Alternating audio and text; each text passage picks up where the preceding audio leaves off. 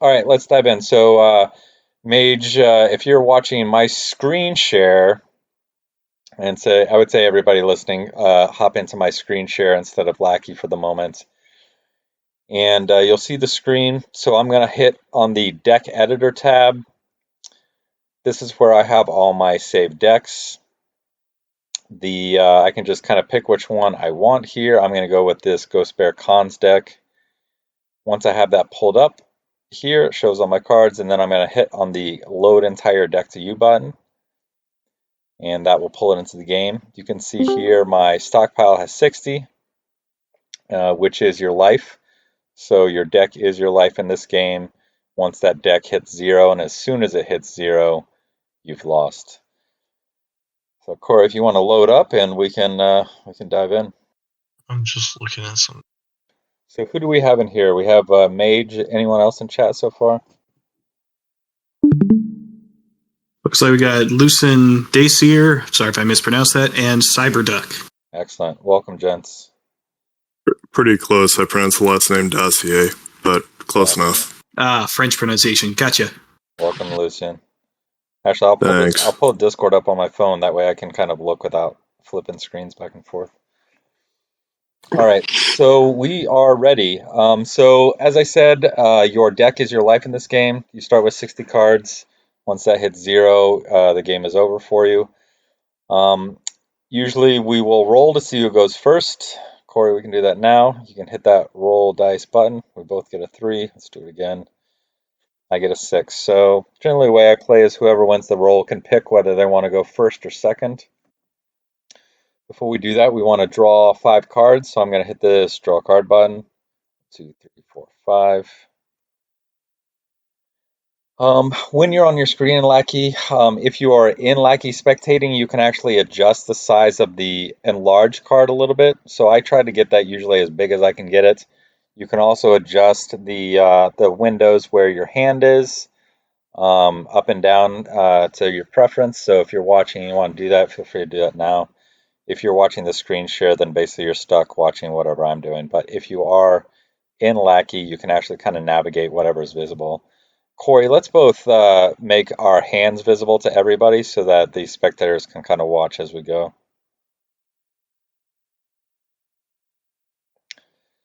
All right, so I've drawn 5 cards. In this game, there are a couple classes of cards. You have your command cards, which include your resources, which are called supports in this game. So if you're familiar with Magic, it's basically the equivalent of mana. There's a lot of things that are similar to this game, to Magic, as it was also designed by Richard Garfield. I think it was his 3rd or 4th game after Magic. So you have your supports, and you can see that in your command keyword on that support card. This specifically is a resource, which provides what you need to pay for things. If you scroll down to my hand, you can see a unit. So these are your mechs. These can be mechs, battle armor, or vehicles. Vehicles have tanks, hovercraft, and VTOLs, though they're usually all called, those are called vehicles. You also have mission cards, which is this one here. Mission cards will be played during battle, and we'll go over that later as we go through. But you draw your 5. If you happen to not have any resources, you can do 1 mulligan, but only 1 mulligan if you get resource screwed on 2 draws in a row. You just got to play with it. So most rounds you can play 2 cards from your hand, and you draw 2 cards at the beginning of your turn. However, on the very first round of the very first turn, the first player can only draw 1 and deploy 1. So I'm going to do that now. Draw 1 card. I'm going to choose a card in my hand to deploy. That's generally almost always going to be a support card. So I'm going to pick support logistics. Tap that. And then I'm going to move to the bottom left of the screen. And there are 2 arrows, blue arrows left and right. One will cycle through the phases of the turn. And if you're watching my screen share, you can't see this because my bottom bar is covering it. But if you're in your Lackey, you should be able to see it. So one is the turn and one is the phase. I'm going to click on the turn button to pass it to Corey. So my turn, I'm going to start my draw phase. So I draw 2. Then I go into my deploy phase. I have 2 deploys. A logistics card. And I will deploy a politics card. So basically, like mountains and forests in Magic, every one of your resources has a letter on the bottom. Well, not everyone, but the basic ones all have a letter. L being logistics, P's politics, assembly, munitions, tactics. So, and you're going to need those for certain units. They're going to require them, or you have to pay more construction points to make them. Right. But as I deployed 2, I passed the turn back. And so we'll go through the phase of the turn here. So your first is your, I can't remember it's draw or untap because I can't see the thing right now. Untap. So first, untap. I use this untap all button. It's very convenient right here in the middle to untap all my cards. It's not going to do anything now because they're all untapped anyway. But I'm going to draw my 2 with the draw card button. I have my 2 mechs. You'll notice a lot of these cards have white borders. The white borders are all custom cards that we've added through the Revival project with some fan expansions. Revival has done a lot to kind of tweak the rules to streamline the game, make it a little bit more balanced than it was when WotC kind of abandoned the game suddenly. Basically when Fossil lost the license, so did WotC, and so it's kind of mid-development as we go. So the work that we've done is tried to kind of bring that back. So white border cards, are all kind of fan-made cards. The darker borders are all originally WotC cards. If you're looking at this card here, you can see what Corey was talking about. So on this card, we'll go through it. The Fire Moth here. In the top left is the cost of that card. The number with a clear background, that 4, is the base cost of the unit. So that's the number of resources that it's going to take to build that no matter what. The 2T is telling you the penalty that you have if you don't have tactics in play. And so for instance, if I try to play this right now with only logistics in play, I would have to pay 6 resources for this Fire Moth. But if I had tactics in play, I only have to pay 4 resources. Note that that doesn't say that you need 2 tactics in order to get rid of that cost penalty. As long as you have 1 of that particular asset type, you don't have to pay any of that resource. We can also look at the other aspects of the card, and so the middle bar is all your keywords. That'll be important for a variety of card effects. The XF is the speed of that unit. The Fire Moth is extra fast. There is extra slow, slow, moderate, fast, and extra fast. That will determine the speed with you attack, and then therefore what people can defend. So you can only defend units at the same speed or slower, unless you're guarding the target, in which case you can defend with whatever. We'll go over those mechanics a little bit more once we advance through the game. The bottom right number on that is the attack value, so this can deal 3 damage. On the left is its structure and armor. So the structure is the white number in red, the armor is the black number in white. Structure is damage it takes from turn to turn. The armor is what it would take, but it can absorb through the turn. So if I switch over to this Warhawk, if you dealt 5 damage to this Warhawk in battle, 3 of that would be ignored, 2 of it would stay on its structure, and then the next battle it goes into, it would still have that 3 armor would regenerate, but the structure would not. All right, so the structure maintains from turn to turn. The armor regenerates every time you engage in battle. So that being said, I'm going to dive into this turn. I'm going to drop a tactics. I'm going to play a card. So each of these cards that we've dropped so far are all 0 cost. So as soon as we drop them, we're just keeping them face up. But if you are not going to be able to activate a card immediately, you'll turn it over. So I'm going to turn this card over in my hand. And then once it's turned over, I'm going to drag it onto the board, which would be the construction region.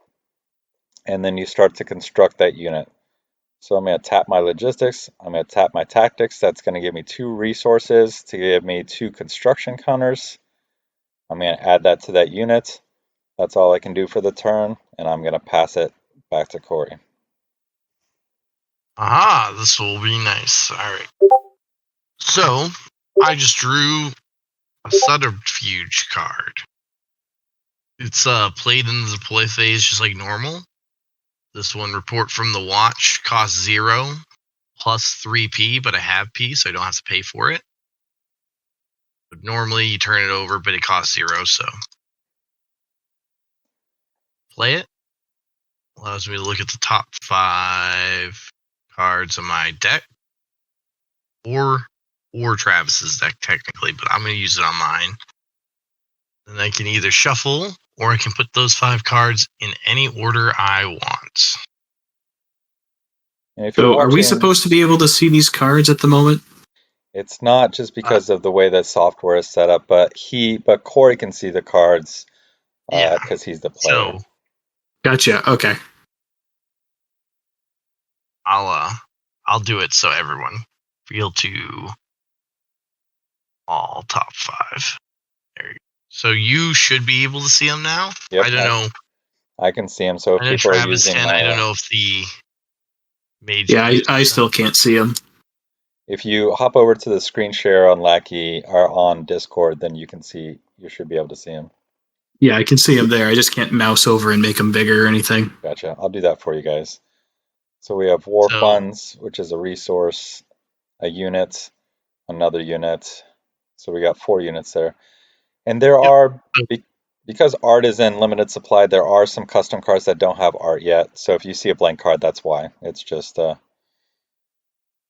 happens So to be originally, when I first opened it up, the Warhawk C and the Viper B were the first 2 cards. And so I'm going to look at these, and I decided I want War Funds and the Adder Prime first. So then, when done, send the top of owner stockpile and don't shuffle down at the bottom. And then I click done, and it puts them back on in that order. Then I will card face down, tap 2 resources, put 2 construction counters on it, and that will be my turn. All right. So now as we move through, we can kind of talk about the phases a little bit more. So the phase of each turn, you first have your untap, which I'll do now, then your draw. Those are simple. The next phase is your repair and reload phase. So repair is units. If you have the asset type of assembly, the ability of assembly is that you can start to repair units. You can only repair 1 point of damage per turn on 1 unit, no matter how much assembly you have. Even if you have 5 assembly on the table, you can still only repair 1 point from 1 unit. But this is the phase that you would do that. There's also the reload phase. And so in this game, once we start getting units with Alpha Strike out, if you use Alpha Strike, you get what we call a depletion counter. And in order to remove that depletion counter and be able to use Alpha Strike again, you would have to pay 1 resource and have munitions on the table to do so. That happens in the reload phase. The next phase is your deploy phase. That's when we're going to start putting cards on the table. That's the phase I'm in now, so I'm going to select which 2 I want to deploy. I'm going to drop a tactics. I'm going to go ahead and pay my 2, add 2 construction. It costs 4 plus 2t. I have tactics on the table, so that is done being constructing. Once a card is done being constructed, you can activate it by turning it over. I use the clear button to do that, and that will allow it to turn over and it will remove all the counters. So that card is now in my construction region, but activated. The difference between not activated and activated, we'll talk about in a moment. So I'm going to take 1 more card from my hand, put it on the table, put 1 resource counter on it, and then I'm done with my deploy phase. The next phase is the missions phase. We don't have any mechs that are ready to go on missions yet, so I'm going to quickly skip through that. And then you have the end of phase, Then we have the end of phase, which is when you take all your units that have been completed and you move it into what we call the patrol region. So once units are in the patrol region, that's when they can start going on missions. Missions, you can either attack the stockpile or the life of your opponent. You can attack anything on the table with an armor and structure value, so you can attack your opponent's resources directly. You can also attack cards under construction. If you do, each point of damage, it takes 2 points of damage to remove 1 construction counter. If a card on construction has no counters on it, then only 1 point of damage will destroy it, and that will move to your scrap heap, which is basically your graveyard, like in Magic. You can also attack other mechs on the table if they are slower than you. You can also attack in groups or block in groups. If you attack in group, the speed of your group is determined by the slowest unit. So if I attacked with the Fire Moth and let's say an Adder, which is moderate speed, then that could be that a group is at the moderate speed and can be blocked by any moderate speed mech or faster. So we've got that done. That's been moved to patrol. It's the end of my turn, and I pass back to Corey. Corey, you're up, bud. And tap. Draw step. I get the 2 cards that I put on top of my deck previously. Nothing to repair, reload. Now I'm in deploy. I'm going to turn over war funds, A1, and deploy it. That's my one of my 2 deploys. I'm going to tap 2 to add 2 more construction counters here, allowing me to activate this unit. I'm then going to scrap war funds, allowing me to reveal my stockpile and search for a asset-based resource and deploy it while paying its cost. So grab this tactics and put it into play. Shuffle the deck. Tap. Turn over the Saloma MechWarrior. Pay 1. Play it. And put it on my Viper B. That's 2 deploys. Got a unit out, and I will pass the turn back. I will untap all, draw my 2.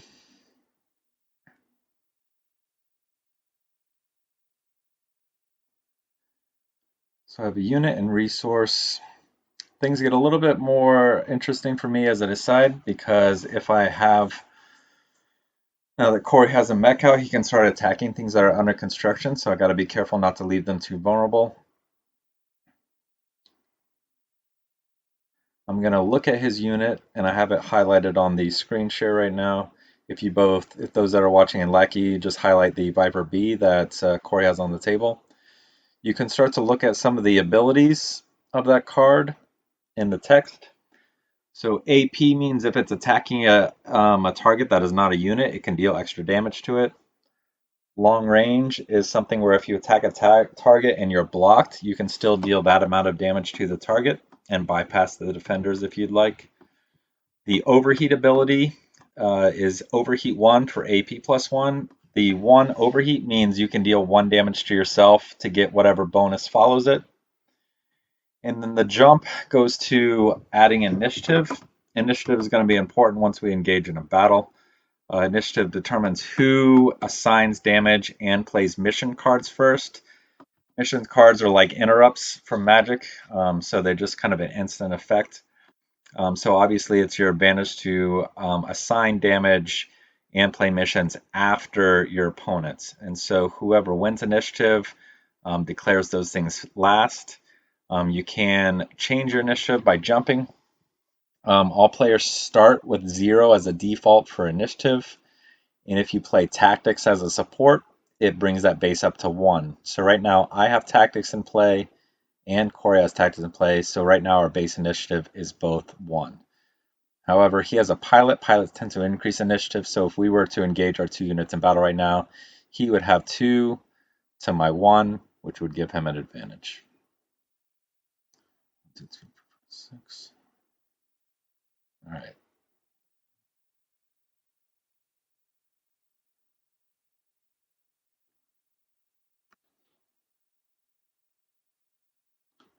All right, I'm going to drop this. I'm going to go ahead and deploy that face up because I know I'm going to pay for it immediately with these resources. I'm going to send this Fire Moth on a mission to attack Corey's stockpile. So because I am extra fast and his fastest unit is fast, he cannot block me. And so that damage is going straight to the stockpile, which will be 3 damage.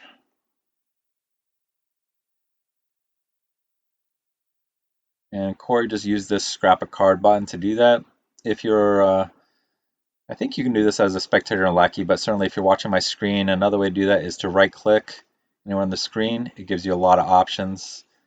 One of those is the scrap a card option. If you actually go to your stockpile and click on that tab and then right click, it can tell you to move things around. So you can move cards to the top of your scrap heap.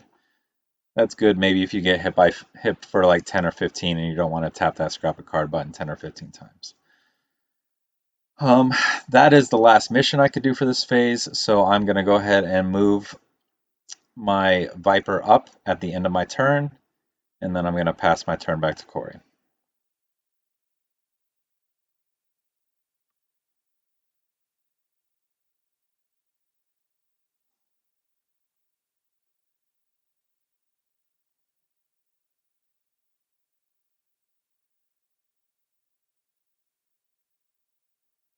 So Corey's got a couple assets down. I've highlighted the resource broker on my screen so people can see the text if you're watching through Discord. Back to my turn. I'm going to untap, draw 2,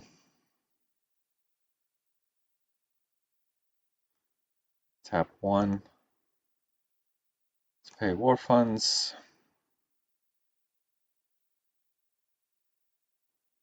I'm going to turn over this card and put it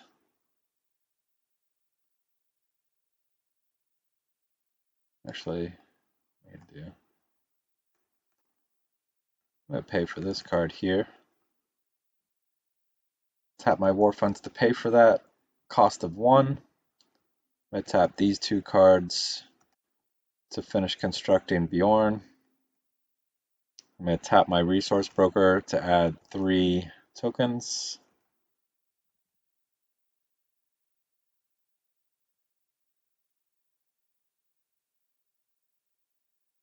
And then we're going to send 1, 2, 3.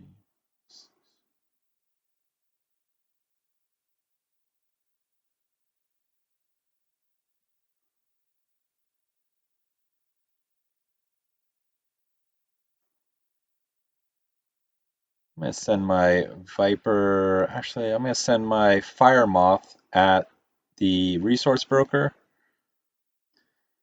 Again, since he's extra fast, Corey can't block with the Viper B. I'm going to tap Bjorn to add 5 to his attack because he's attacking something other than a unit. So I'm going to deal 8 to that resource broker. If you look at the resource broker, he has 3 structure, 3 armor, so that's enough to kill it.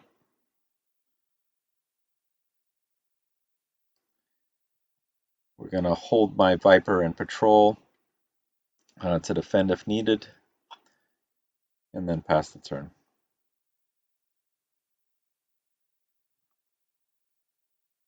Corey, can you hear me? Because I haven't heard you for a while. Yeah, I can hear you. I was just muted. Okay. Cyber, can you hear both of us? I know you just posted that you couldn't hear my sound. Yeah, I can hear you both now. Okay.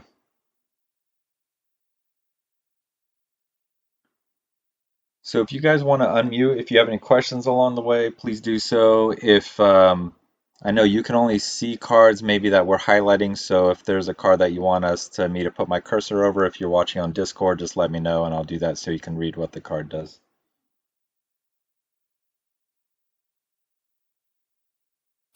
I actually did have a quick question about overheat. Mm-hmm. I assume that armor would not soak that damage, correct? That would go straight to the structure? It does actually. Yeah, so a unit like the Viper with overheat 1, so basically if it's attacking unblocked, then it's going to apply that damage clear no matter what. So, okay. Let's see here. So you've got 1 armor on there. If it uses overheat, it would take that damage. Sorry. No. It would take it to the structure, or the armor would soak it? The armor would soak it.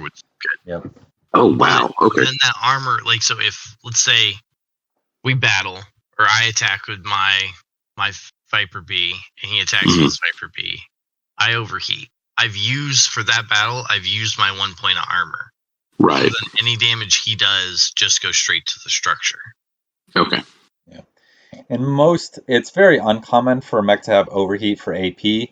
It's almost always going to be overheat and some damage. I think the Viper B might be one of the only ones I can think of where it's AP.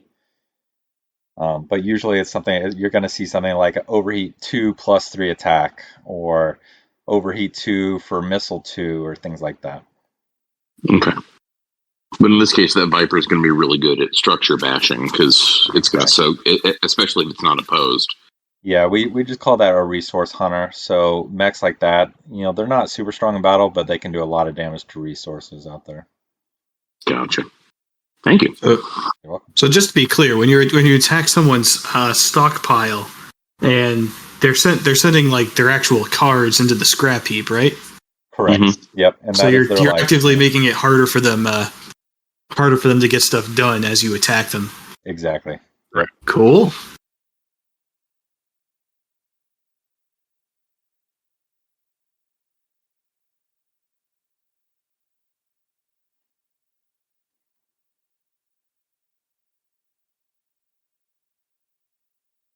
It got really quiet again for what it's worth. Yep. I'm thinking. So I'm moving my MechWarrior. During deploy, you can move your pilots to different mechs. I'm going to move my pilot to my Adder Prime. And I've got his adder highlighted on my screen, you can see kind of where that might be at more advantage on that unit, because that unit actually gets an additional bonus if it has a pilot on it, thanks to the targeting computer. That's a significant attack increase. Yeah, the slow MechWarrior is a mean little card. You're not wrong. Wow. But a mech doesn't need a pilot attached to it to be able to act. Correct. Yeah, all cards are meant to have like a default pilot on them, or assumed to that. But I was going to save this, but I think I'm going to play it. I'll play Trial Bloodright. Okay. So you search my stockpile for any pilot card, deploy that card, and activate it without paying its construction cost. This does not count as a deployment. And shuffle my stockpile afterwards. Okay.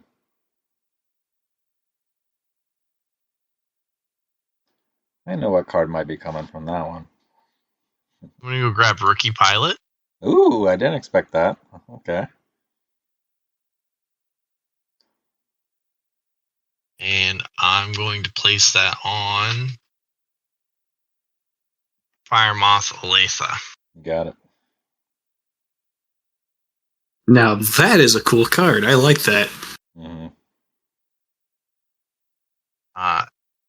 Then mission phase. That's some blue magic right there.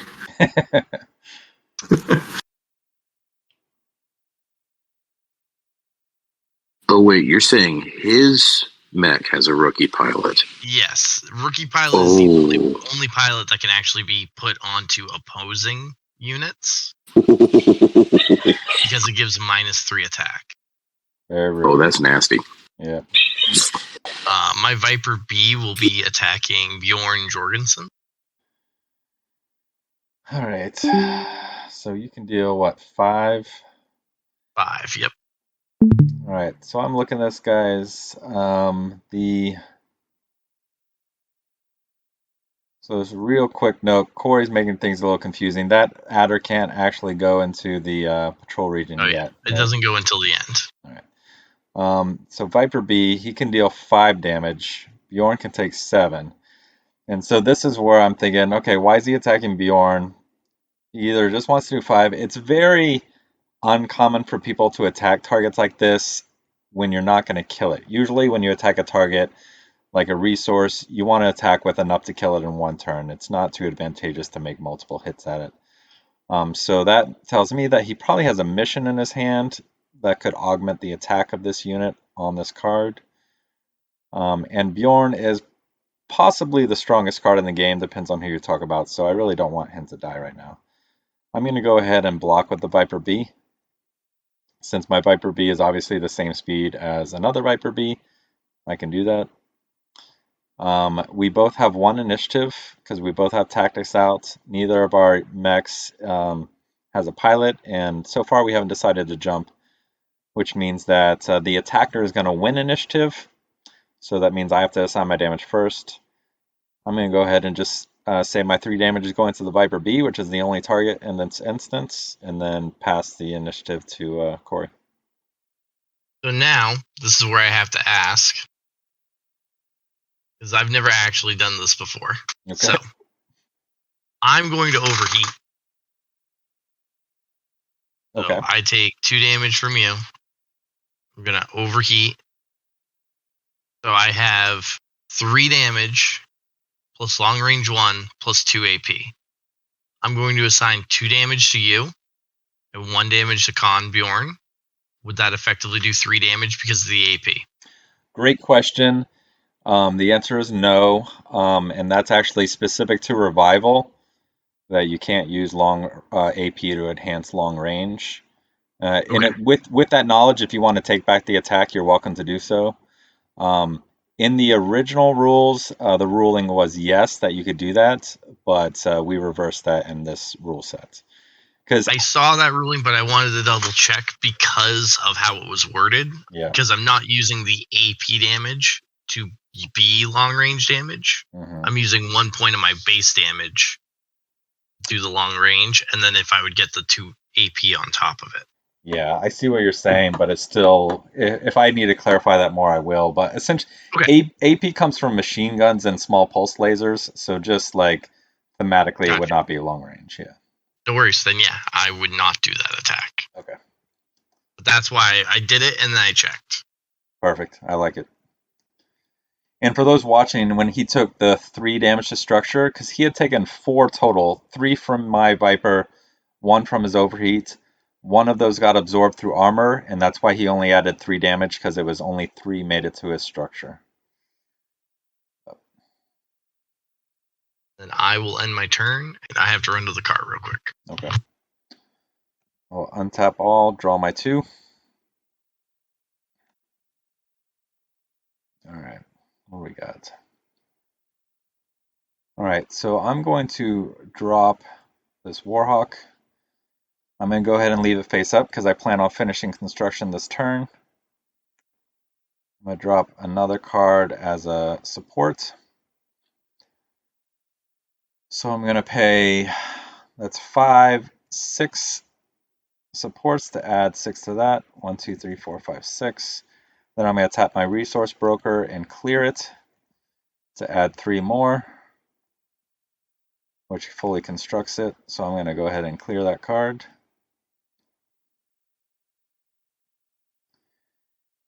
And then we're going to decide on attack. Now this is one good thing about this Fire Moth with the rookie pilot, is that Bjorn is going to add 5. And he's still too fast for either of these guys to block because he's extra fast. These guys are moderate and fast. So I could still do 5 damage to his stockpile even though the rookie pilot has negated the damage on the Fire Moth. Now one thing of note is that it's not just, if I do have a unit like extra fast, it's not completely open season while Corey has units that are slower.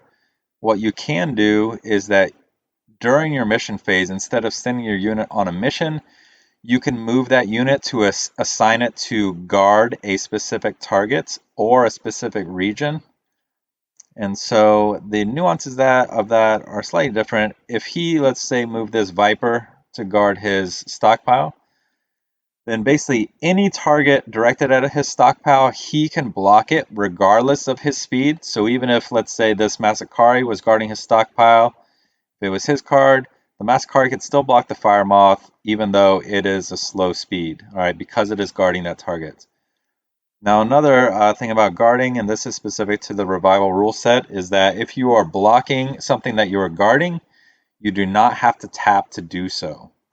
Whereas if, for instance, Corey sent his Viper to attack my stockpile, I can block from my patrol region if I'm the same speed or faster, but in order to do so, I do have to tap. All right, so a little different. So if you're blocking, You can block without tapping, which means you can kind of block multiple attacks, whereas if you're blocking from this patrol region, you can only block one attack to get there.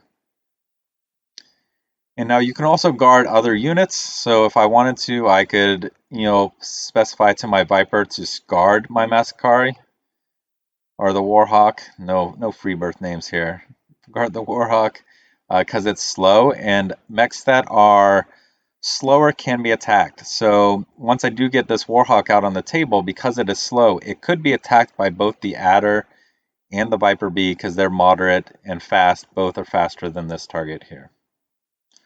Corey, let me know when you're back. If you are back, I'll go ahead and progress with my next action. Yeah, I'm back. Excellent. So I'm going to go ahead and send the Fire Moth at your stockpile, and I'm going to tap Bjorn to give it +5. Yep. And then I'm going to move my Warhawk up and pass the turn back to you. I actually have a question about that Warhawk card. Looking at it says Overheat 2 and then Overheat 3, and it looks like they have the same advantages. So what am I missing here? Is there a reason I would take Overheat 3? Basically, if you wanted to do 4 attack and 2 long range extra, you would go for the 3.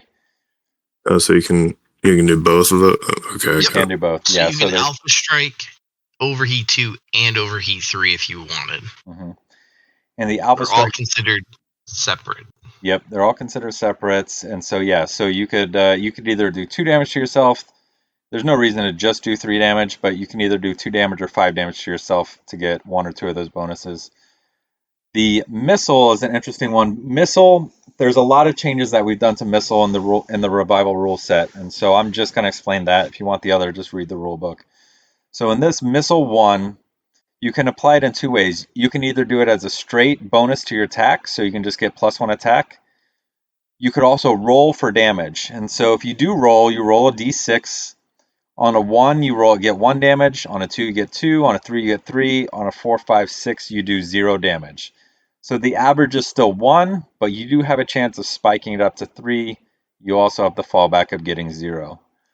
Another advantage to Missile is Missile has built-in long range. And so if I were to attack with that Warhawk and Corey was to block with one of his units, normally that block would prevent me from damaging his stockpile. But anything with long range, or in this case Missile, can bypass the defender and engage the target. So I could go ahead and roll that missile at the target. The only drawback is that if you do take the missile as a straight +1, you cannot use it as long range. So the only way you can send missile as long range is if you roll for it. The Alpha Strike ability too, we can go over that. Basically, Alpha Strike is if you use Alpha Strike, you have to put what we call a depletion counter on your mech. As long as you have that depletion counter, you can't use Alpha Strike again until you remove it. And the way you remove a depletion counter is if you have munitions on the table. Munitions allows you to remove depletion counters. So are there mechs with like an AMS ability where they can stop missile from going past them? Yes. There are. Yep. Awesome. Sweet.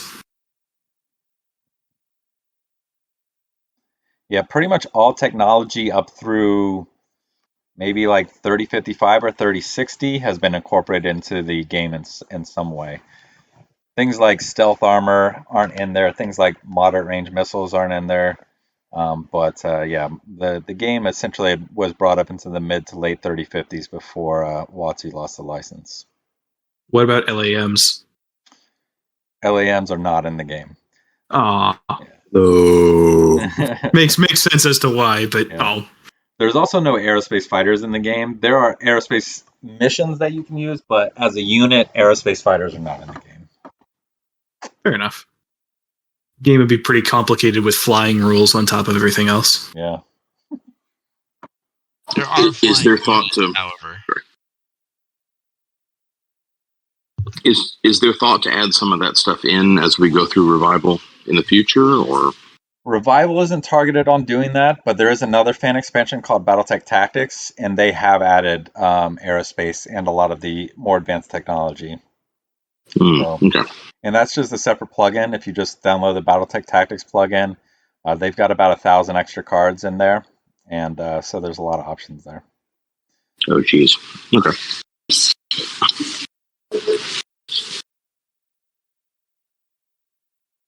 I will pass my turn. Okay.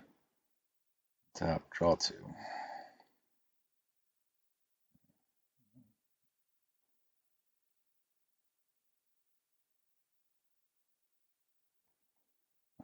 Tap that, add my counters.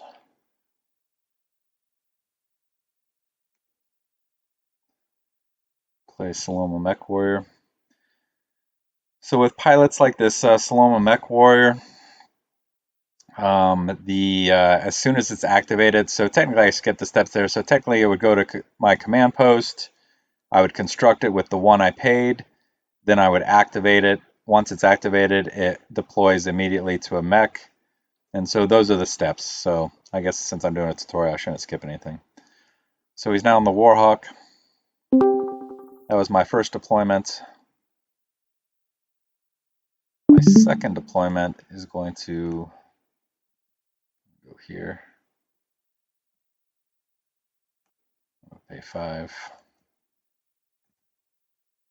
2, 3, 4, 5. All right, I'll move to my mission phase. For my mission phase, I'll send the Warhawk at your stockpile. I'll block with the Viper B. Okay. So since I've won initiative, Corey will declare first. Yeah, I'll deal 3 damage to the Warhawk. Okay. And I will play. Well, I guess it's during battle, so. Nope, that's it. Battle is if we're fighting 2 units against each other. So there you go. At the end of this battle, deplete all opposing mechs with Alpha Strike. Brutal. All right, so deplete, I'm glad you played that. So deplete is a mechanic where if you deplete a mech, you turn it over. Turning it over effectively means it's out of the game for 2 turns. So if a mech is turned over during your it doesn't untap. And during your reload phase, in order to turn it back over, you have to tap it. So essentially, it's taking that unit out for 2 turns. Now, it is worth noting in the original rule set, using Alpha Strike depleted your mech. And we've changed that because it was not a good mechanic. But there are a lot of cards that say deplete. They're not to be confused with the depletion counter that the Alpha Strike generates in this particular rule set. So this is going to turn over at the end of the turn. I'm going to deal, deal 6 to kill it. So I've got long range 2. I've got, 4 base attack. I've got +2 for targeting computer because I have a pilot. So that's 6 plus 3 more for the MechWarrior's bonus. So if you read that MechWarrior card, which I have highlighted here, it says it gets +1 initiative, +1 attack, and then it also has this text saying it gets an additional +2 initiative and +2 attack if it's in battle. Basically what that's saying is that it gets 3 if it's fighting another unit, but if I were to attack just a stockpile and not get blocked, it would only get +1, all right? Because in order for battle to occur, you have to have other units. So what am I at? I'm at 9, so I'm just going to deal 6 to the Viper. I'm going to use my base long range of 2 to go to the stockpile. You know what? I'm also going to Alpha Strike, might as well, since I'm going to be depleted. And I'll send a missile at your stockpile. I'll roll a die. Ooh, 3 extra damage to the stockpile. Alright, and now this unit is turned over. And then I will send the Fire Moth at your stockpile with Bjorn tapping to give it 5. And I will pass the turn.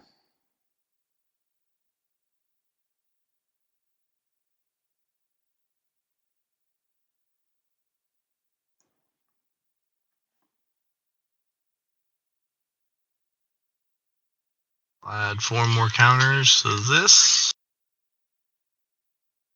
Activate it.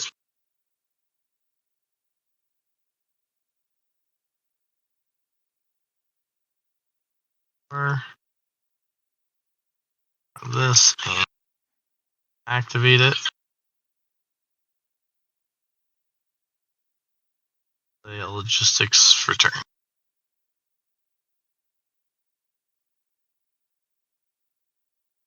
And my adder will attack Bjorn.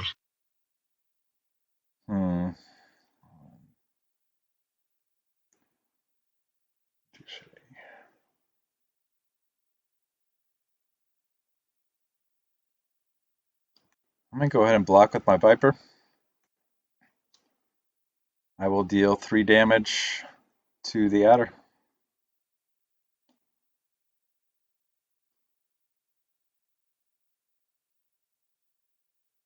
So we're going to be at 3, 6, 7.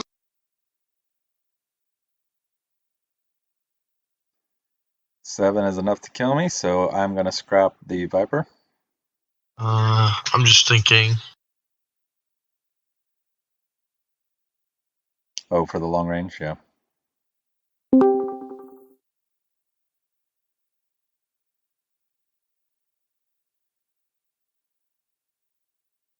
I won't overheat. I'll just do the 7 to you.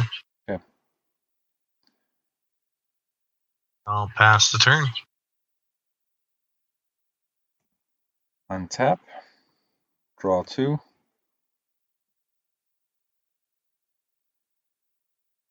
During my repair reload phase, I will reload the Warhawk. That is going to turn it over and remove the Alpha Strike token, but it stays tapped.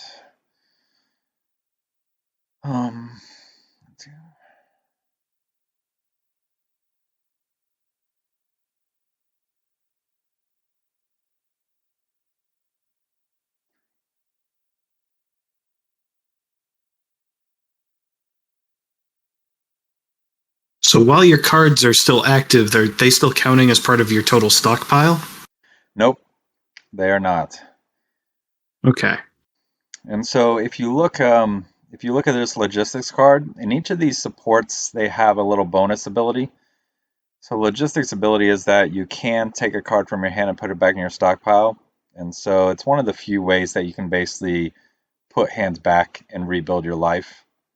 But it is a slow trickle. But otherwise, once a card is drawn, you're out. That card is no longer part of your life.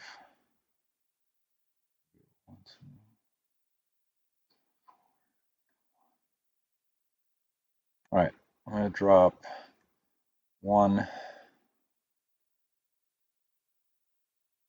So theoretically, you can lose the game just by drawing all of your cards. Correct. Yeah. Theoretically. And essentially, if you get your opponent down to 2 cards at the end of your turn, they've lost the game because the next turn they're going to draw themselves dead. All right, I'll pay 4 for that Viper. I'll pay 1.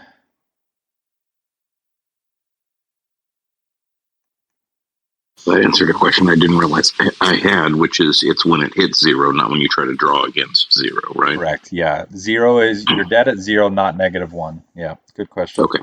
It comes up a lot. I think there's other games that when you try to draw against an empty deck, that's when you die, but I don't remember. Right. That might be Pokemon. Nice. All right. Another one. Just keep coming. All right, what do we got? We got a Warhawk on the table. Ugh. All right, I'm gonna go ahead and send the Firemoth with Bjorn back to your stockpile for 5.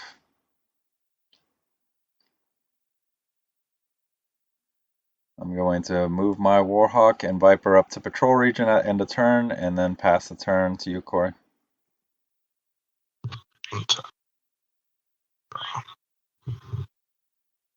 That will do, I guess.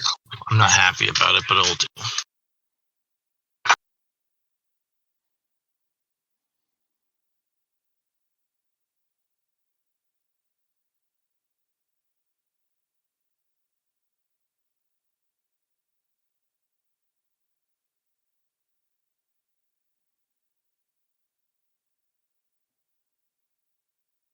Oh, nasty. Since we're in the repair and deploy phase, I'll pay 1 resource, remove damage counter from my adder, Got it. where I have assembly. Got it. I will move my Warhawk during the missions phase to guard my stockpile. And I will pass my turn. At the end of my turn, I will restock Sasha Kurinsky from my hand to the bottom of my stockpile.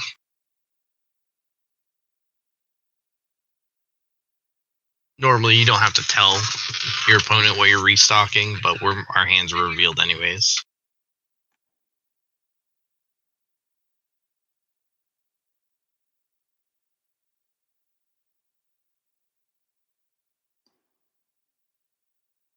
All right. I'll drop 1 adder, 2 adders. Pay 1, 2, 3, 4, 5, 6. Tap that to get 3 counters. Do my math here. That's 4, 5, 6, 7, 8, 9. So with Resource Broker, when you tap that card in deploy phase, do you have to wait until the next one to use the tokens, or do you use it that same deploy phase? You would have to You wait have to till the wait. next phase. Yeah, so it's there's Okay, you'll notice good. So it's not completely broken. no, It's pretty broken. it's pretty broken. It's not So complete. there's another card. And so it's just mostly broken. Yeah. So there's another card called Improved something. That Construction is a straight facilities. Yeah. tap for 3 resources. But the deploy, it costs 4. The deploy. Ah, okay, gotcha. So if you compare Resource Broker to that card, Resource Broker is absolutely broken. Yeah, Resource Broker is high on the list of cards that might need some attention for errata. All right, I'm gonna send my Warhawk at your stockpile.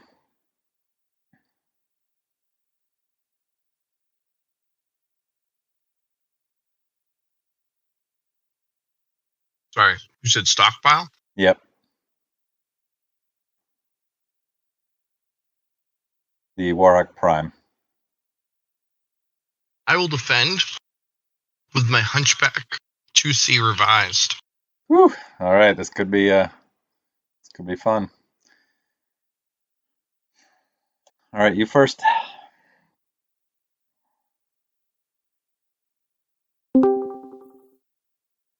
Well, I'll start with an Alpha Strike.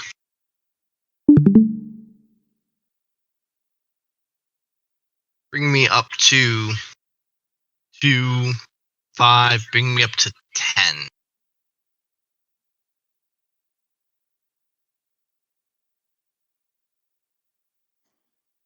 And then I will roll the die, and I rolled a 5. Glorious. I love it. So I'll overheat 3 in addition to that. Damage points.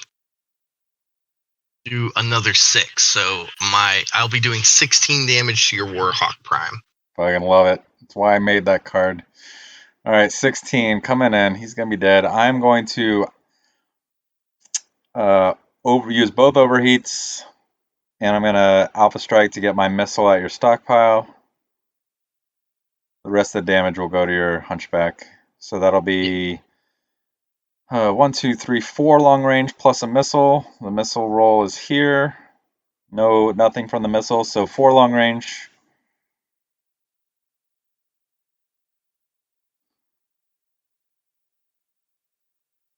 That battle was very thematic and exactly what I planned when I built that unit. All right. Next up.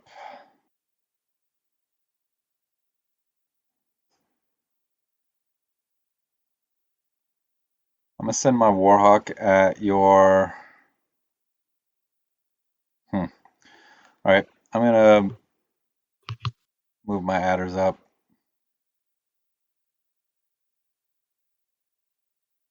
And pass the turn.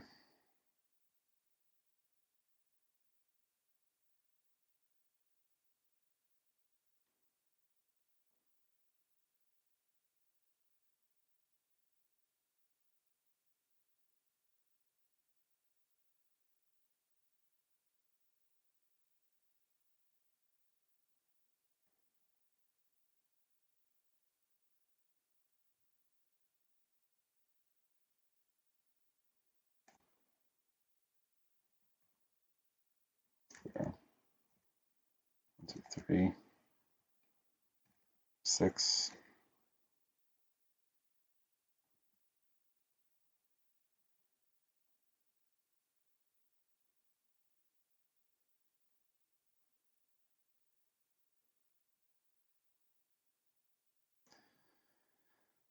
All right, let's send the Warhawk at your stockpile. I'll block with my Warhawk. All right.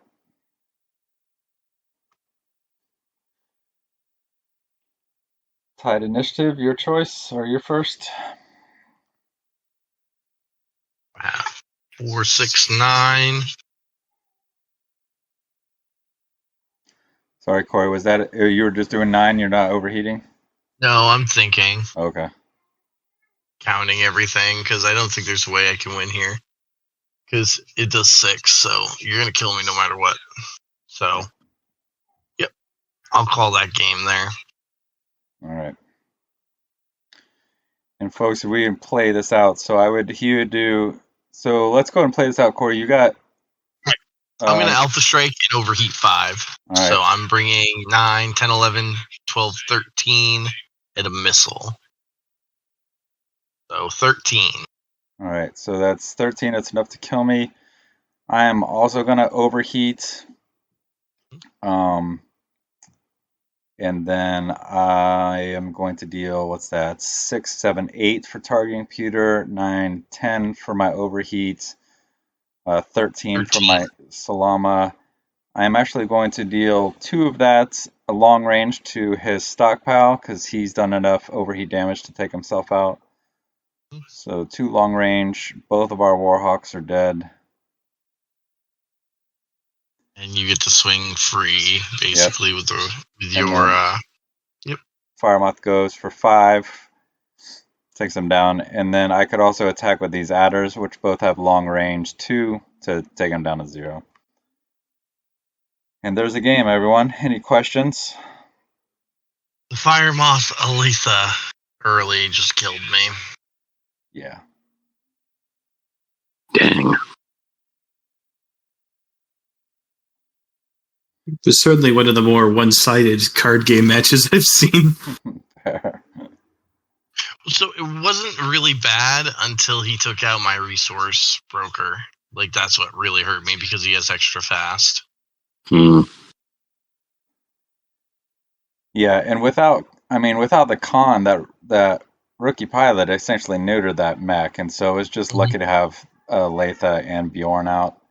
And basically, if he could have found some way to take Bjorn, that game would have been very different. Yeah, I was going to say that thing needed to go early on if there was going to be a reversal. Yeah.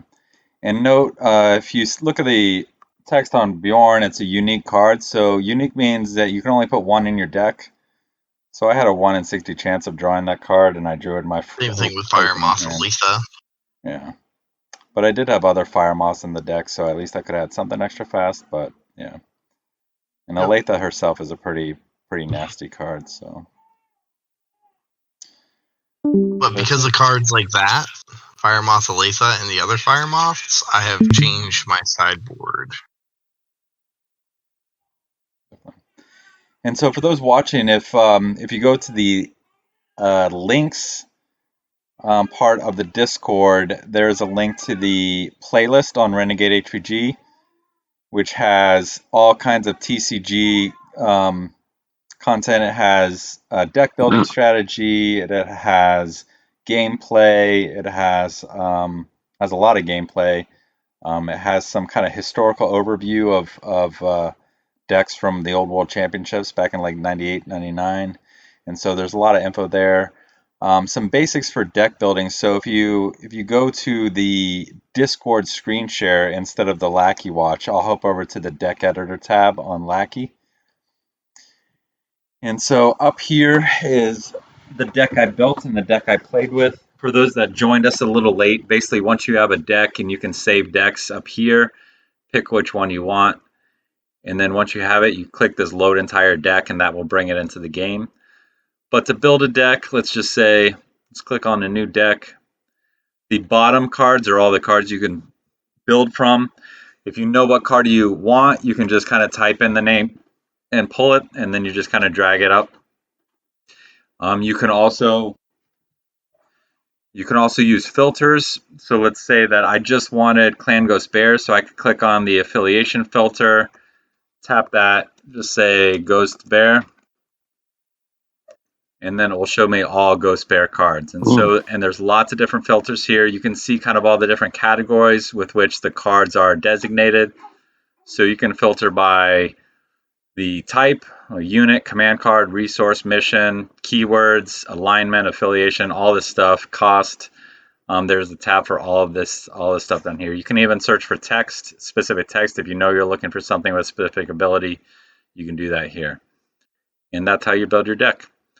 So in competition, your decks are 60 cards. You can have a sideboard of 8 cards. So if you're doing a best of 3, you can swap those in and out between your matches. And that should be all you need to know to get started. But Are there any rules or restrictions on deck building? Like, the resource broker card, for instance. Is there a reason I shouldn't be putting that in the deck? It's a good card. There are a limit of 4 per cards, unless it's a unique card or it's a restricted card. So let's say Latha here is a unique card. Let's see, what was it restricted? Restricted to be, let me take off that Ghost Bear. Nova something. Yeah, Nova's one. Just play a deck. All 60 cards are resource brokers. So actually, Nova's a good one. So if you look at Nova, it says restricted, and then there's 2 little bullet points next to the name. So the restricted means that you're limited to how many bullet points there are. So it'll be 2. Some will have 1, some will have 3. Why, you might ask, would you have restricted 1 instead of just unique? It's just because some cards will target a unique unit, and so the restricted is a little bit different. And restricted is also a revival invention. It's not a part of the original game. But hey, just a heads up. Yep. While I've been going through this, Travis, like the Clint revised, Clint 2.3T, says it's restricted. It's a mech/restricted, but it does not have pips on it. So. Oh, you mean in the text? Got it. Yeah, that's probably... like under keywords it says mech restricted, but on the card it doesn't have restricted and it doesn't have pips. Awesome. Thanks for catching that. I'll put that in the rules. So yeah, it's just a difference between the text file and the image. I would go with the image for now. Great. If there's any other questions, guys, shoot them. I highly recommend you guys look at joining League. I think we have 8 committed and 2 pending for the rookie bracket, just the rookie. So those are first-time players. It's a great way to kind of get in. League is 3 months long. It lasts through the end of August. You're playing about 9 games. And if you finish all your games, I send you some pretty sweet swag at the end of the match. So it's good stuff. It's a lot of fun.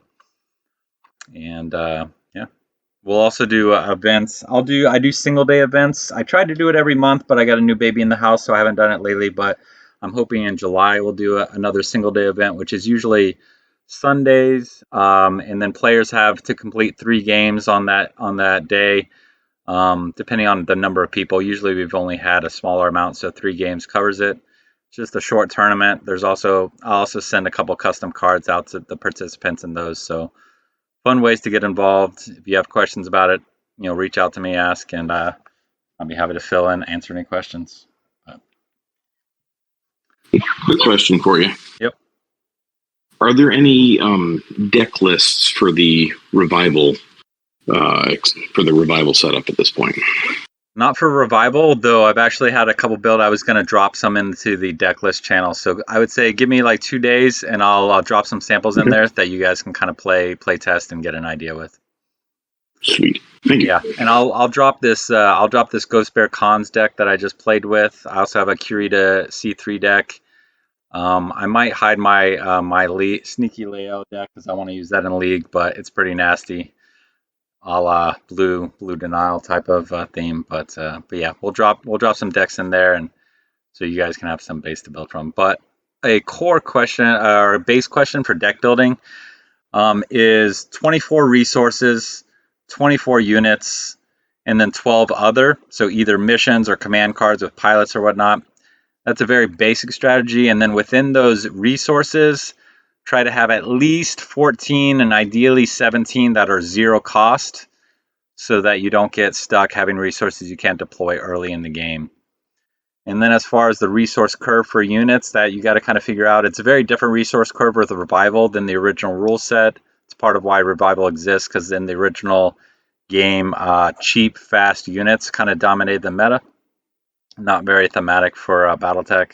And so the cost curve tends to be more in kind of the 3, 4, 5 range for the bulk of those units.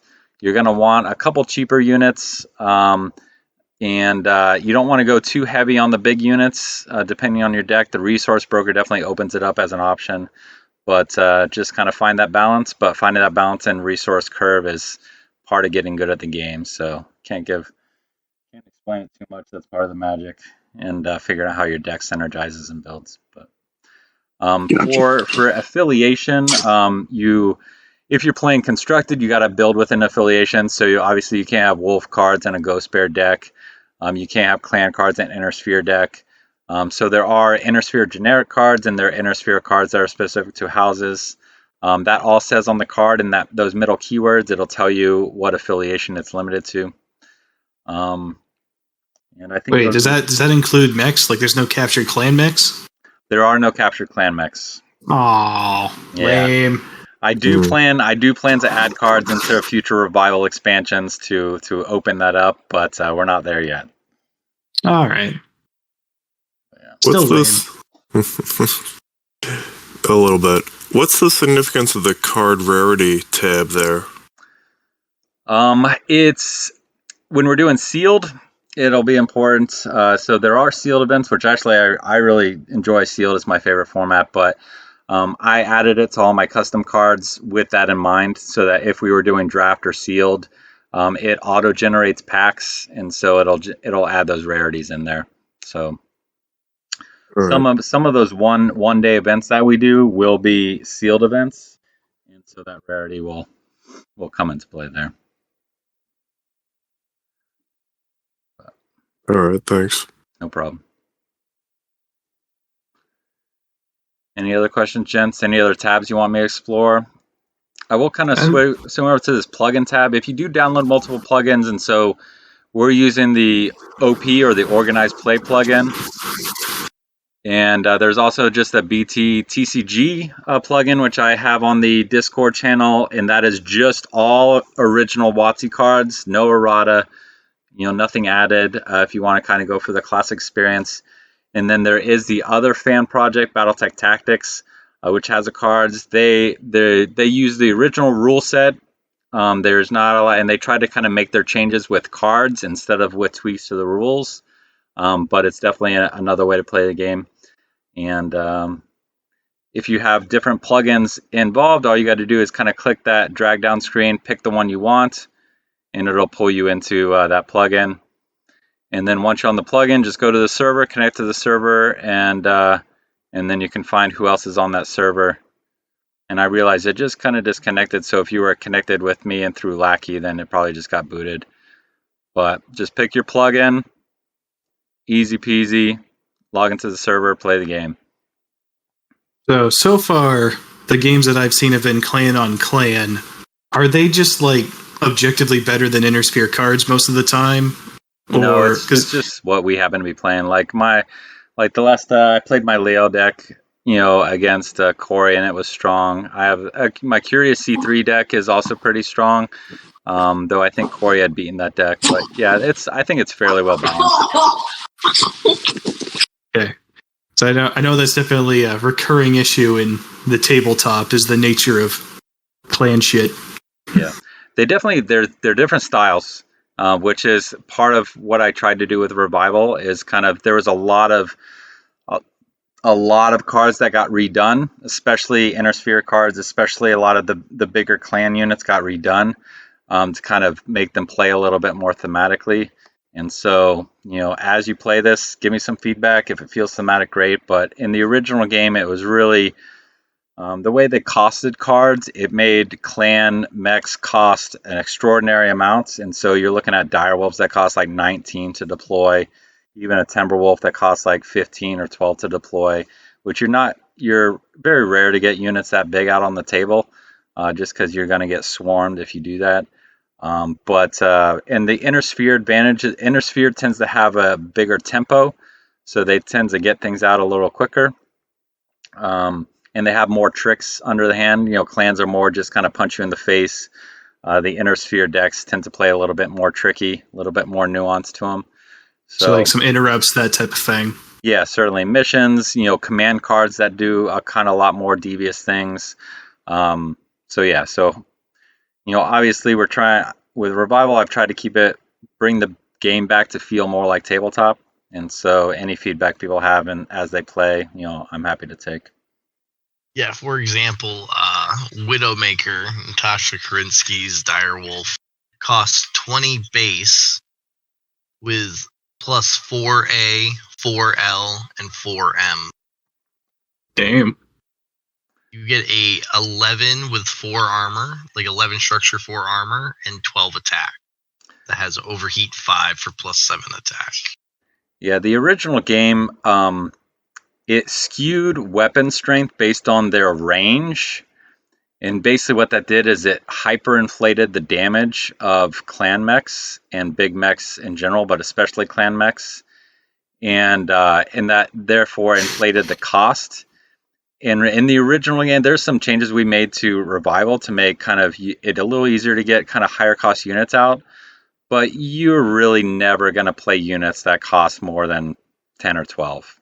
And that's even in Revival. In the original game, if you're playing units that big, you're going to lose. The original game and the rule sets, you're really kind of stuck in the kind of 6 and under range, which really meant that you're never seeing kind of some of the fun units. You're never seeing Timberwolves on the table. You're never seeing Direwolves. You're never seeing an Atlas on the table. And so we basically, with Revival, I went back, created a new costing structure for the clan mechs. A lot of damage put into things like overheat and attack, or in Alpha Strike. And so the units they're still very strong, but a lot of that damage is coming through things like Alpha Strike and overheat, which then in turn brings the cost of mechs down. So I enjoy this rule set a lot more. You see a lot more variety in decks. You can definitely get a lot more units out. So it's been fun. But yeah, the original game, like this Direwolf that I have on the screen, like that was a card people got because they liked the art, and it almost never saw a deck. Certainly not a good deck. It's almost like introducing clans to the game causes balancing issues or something. Yeah. So the biggest thing was a lot of the decks that I looked through all the world champion decks up to 2000. Almost every single one of them was running an alliance card of some sort from what I saw. Mm-hmm. Yeah, and especially playing the invading clans, which means all clan cards lose all affiliations. So you can play, and there's Steel Viper cards available, but there's only 3 in total. But with the invading clans now, I can put Steel Viper cards in any clan deck I play. And the alliance cards, first they have no structure, no damage, so they can't be attacked. They cannot be scrapped from the table with any effect. They are in play right from the start because it's part of deck building. So yeah, it's And basically degrade just a little bit of your total HP to get the ability to do more fun stuff. not even. Yeah, it's They don't count as also part of your stockpile? This one was basically a feature. This created the deck that broke the game. So this the Star League basically let you put any inner sphere cards in your deck. So imagine Magic suddenly like all mana was just colorless and all costs for all your cards were colorless, and then all those years of balancing each of the Eldrazi colors Winter. just Do you guys know what disappeared. Eldrazi Winter is? First I've heard of it. Basically, so Eldrazi were created, and then a format, Modern, went through about 6 months that they called Eldrazi Winter. It was literally you either play this deck, or you just prepare to lose this deck the entire time. Yeah. Oh, jeez. Ouch. So all Alliance cards have been dropped from Revival, just because the cards were never balanced across affiliations, so these cards just cause problems, across the board. But yeah. But anyway, so that'll cover it. But Well, I'm definitely glad to hear that Inner Sphere is still viable, because that's probably what I'm going to play. oh yeah, I'm playing Lao, so it's there. So, I assume the game is set in Clan Invasion, so there's probably not a lot of Rosselhog stuff in it, but... Yeah, I'm trying to figure out Revival. Russell is my favorite faction, so it'll grow. I'd also like to run tournaments that are like era based, and so like just say you can't use any units that were built after 2030. But basically, the more we get people involved in kind of online play and stuff, the more kind of fun and creative stuff we can do with events. But yeah, right now League is it, and then we'll have those one-day events, which I'll announce both on the Facebook and on the Discord when they come up. But yeah. All right. Well, I'm going to call it a night. It was fun hanging out. It was a great game. I learned a lot. So thanks for hanging out, guys. Have a good one. Thanks, gents. Yeah, appreciate y'all. Thank you. Yeah, thanks. See what happens next time. Yeah. If any of you have questions that come up, just ping me on Discord. I'll be happy to answer them.